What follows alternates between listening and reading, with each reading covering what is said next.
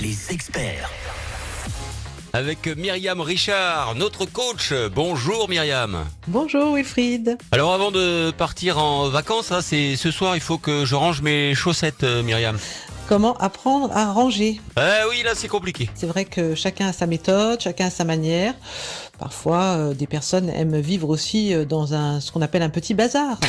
Mais bon, l'idée c'est quand même d'essayer de ranger pour être bien dans sa vie, pour pouvoir y voir plus clair. Ça peut vraiment nous convenir d'avoir de temps en temps le bazar autour de soi, mais quand on n'est pas très très bien dans sa tête, il est parfois important d'essayer de trouver des solutions pour bien ranger et bien s'organiser. Alors allons-y, premier conseil. La première chose est de faire attention à la pollution invisible, c'est-à-dire quand on cache derrière les portes, les placards, vous savez, des petites choses là qu'on met en se disant allez ça y est c'est rangé. Non, attention, ça s'appelle de la pollution invisible.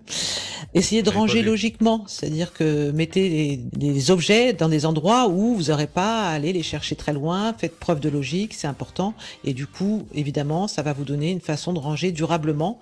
Pour une fois que les choses ont trouvé leur place, on n'a plus à identifier ou à chercher par exemple ses clés, à chercher son portable, à chercher toutes les affaires qu'on utilise quotidiennement. Essayez d'identifier des endroits précis chez vous où vous allez les retrouver facilement et tenez-vous à les poser et à les reporter à chaque fois au même endroit. Oui. Un petit peu de contrainte. On va essayer. La dernière indication, c'est de ne pas procrastiner. Ça, c'est vraiment le défaut que peuvent avoir certains mauvais rangeurs.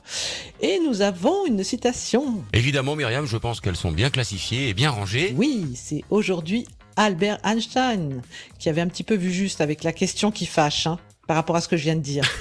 Allez, si la vue d'un bureau encombré évoque un esprit encombré, alors que penser de celle d'un bureau vide? Merci Myriam, bon week-end.